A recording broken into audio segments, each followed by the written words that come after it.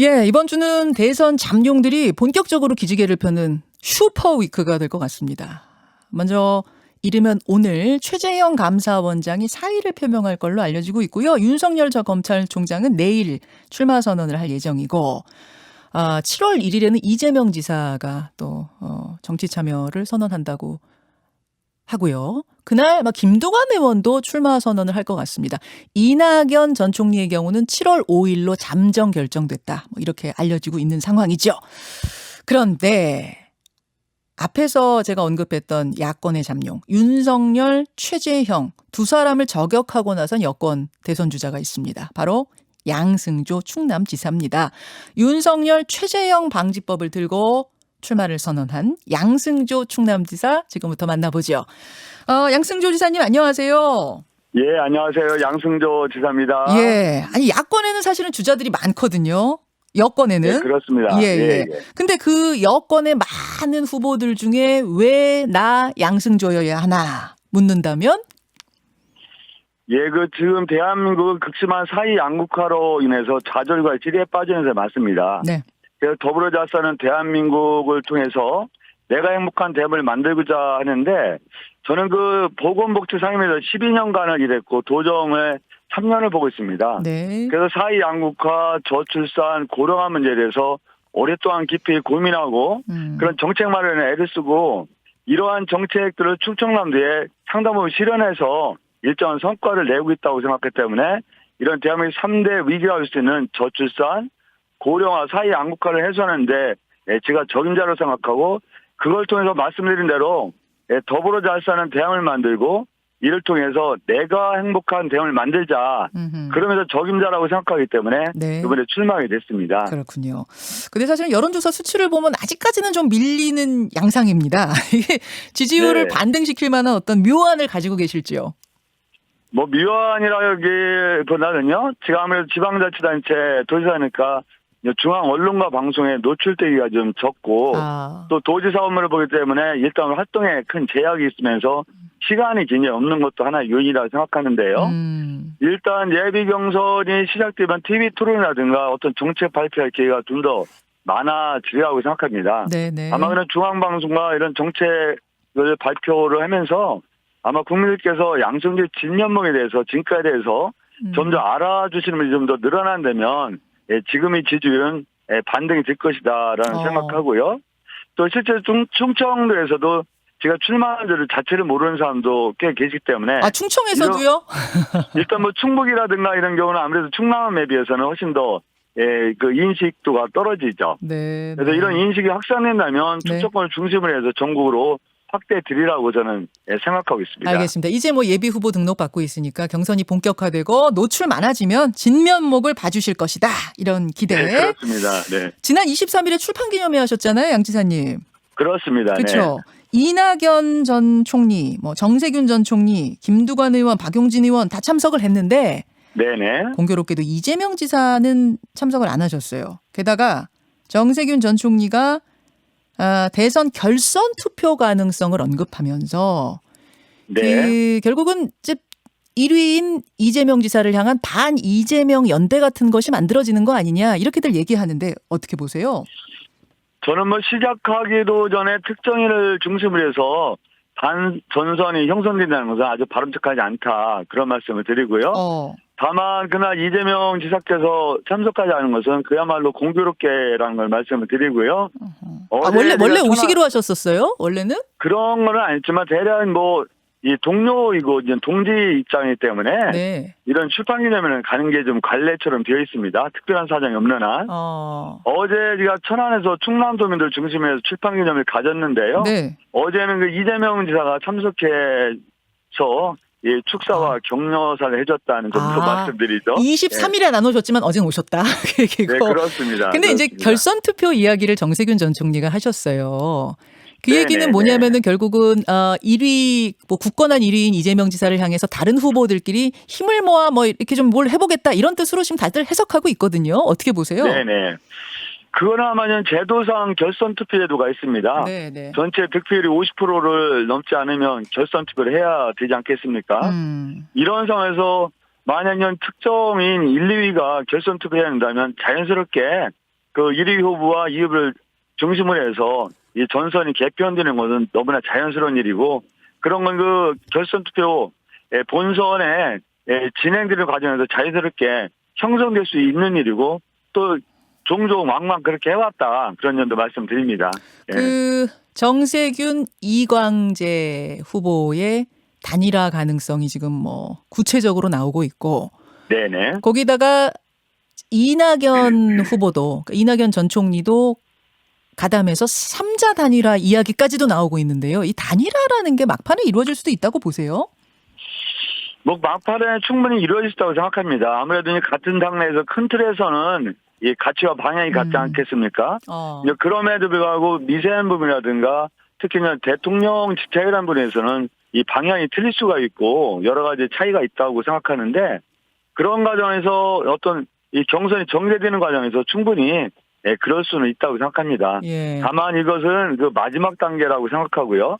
그 단계까지 가는데 우리가 치열하게 정책과 비전을 통해서 누가 더 대한민국을 바르게 할 것이고 누가 더 대한민국 국민을 삶을 향상시킬 건가, 그런 경쟁이 먼저 되어진다고 저는 생각하고 물론이죠. 있죠. 경쟁하고 단일화는 막판에 이루어지는 게 어떻게 자연스럽게 그렇게 진행될 수도 있다. 늘 그래 왔듯이 그런 말씀이에요.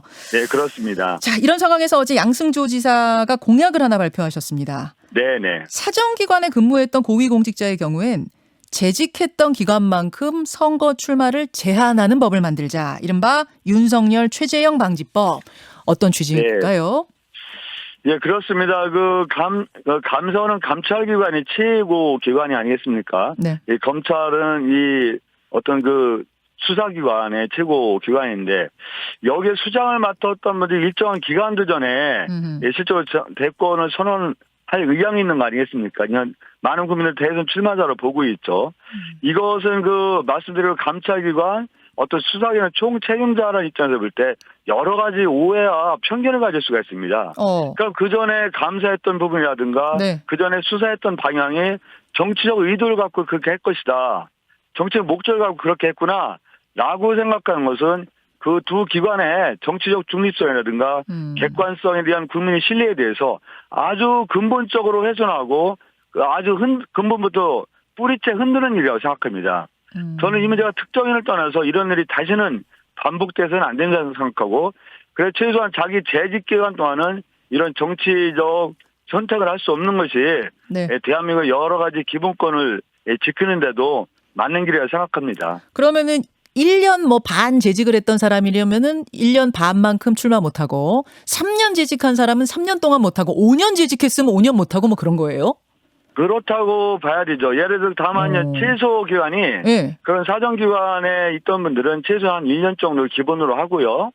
또 그 1년 이상의 재직기간이 있다면 그 재직기간에 따라서 일단 출마가 제한되는 것이 대한민국의 더 커다란 원칙과 기본권을 보호하는 데는 그런 기관장을 지낸 사람이 기본권을 제한하는 거 이상의 커다란 의미가 있다고 저는 판단하고 있습니다. 그럼 양 지사님, 윤석열 전 총장 같은 경우에는 검찰에 얼마 있었어요? 이분은 굉장히 오래 계셨는데, 그럼 굉장히 오래가 아니고요.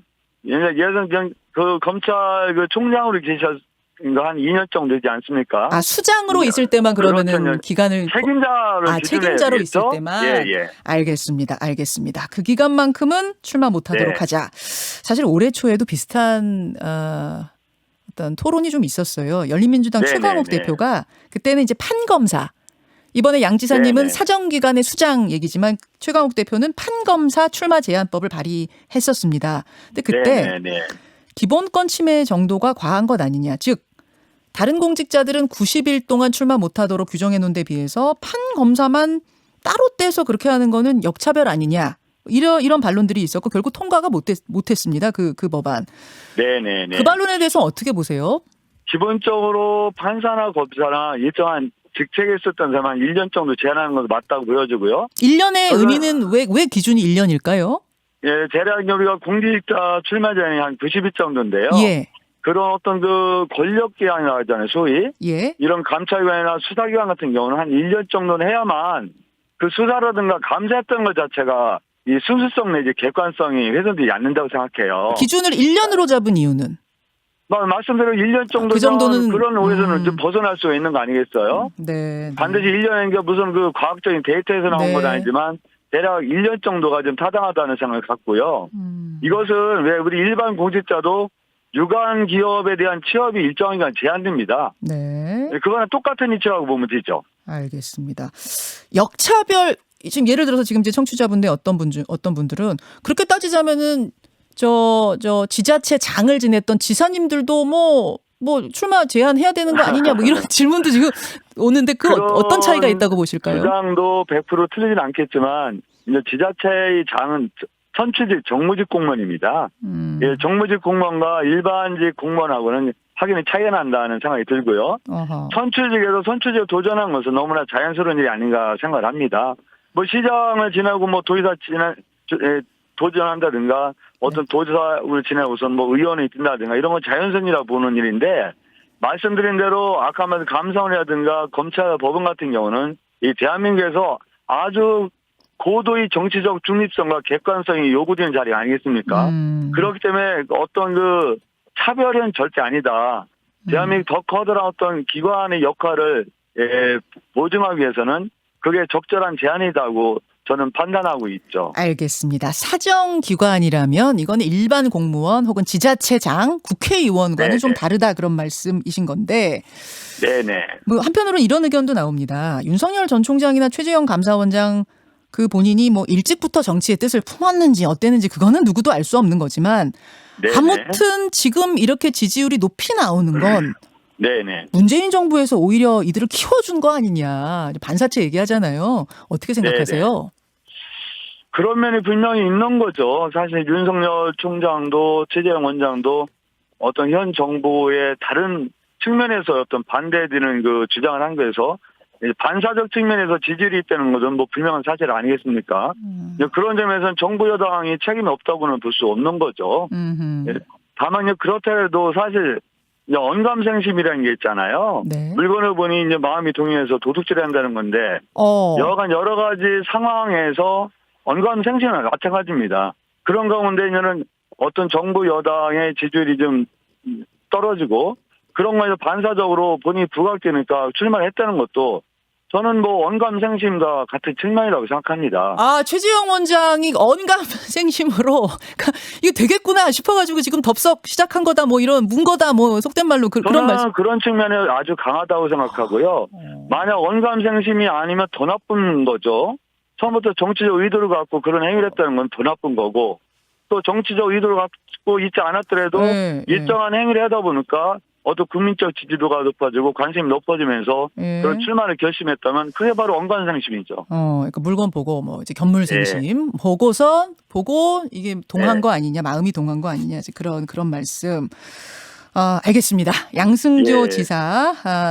여권의 대선 후보로 출마한 양승조 지사. 자, 30초 남았는데요. 지사님 마지막으로 국민들께 한 말씀. 예, 저 양승조는 지난 12년간 14년간 의정활동을 하면서 보건복지 상임위를 12년 했고요. 도지사로서 여러 가지 정책을 통해서 일정 부분 성과를 낸 게 많습니다. 예, 저 양승조 이러한 그 도정의 정책들이 많은 국민들께서 관심과 성원을 가지시고 적정한 후보자로 생각하면 많은 선택, 성원을 부탁드립니다. 예, 오늘 여기까지 말씀 듣겠습니다. 고맙습니다. 예, 감사합니다. 예, 양승조 충남도지사였습니다. 김현정의 뉴스쇼는 청취자 여러분의 참여로 이루어집니다. 트위터, 페이스북, 레인보우 게시판, 그리고 단문 50원, 장문 100원의 유료 문자 샵 1212, 우물정 1212 통해 참여하실 수 있습니다. 김현정의 뉴스쇼, 여러분과 함께 만듭니다.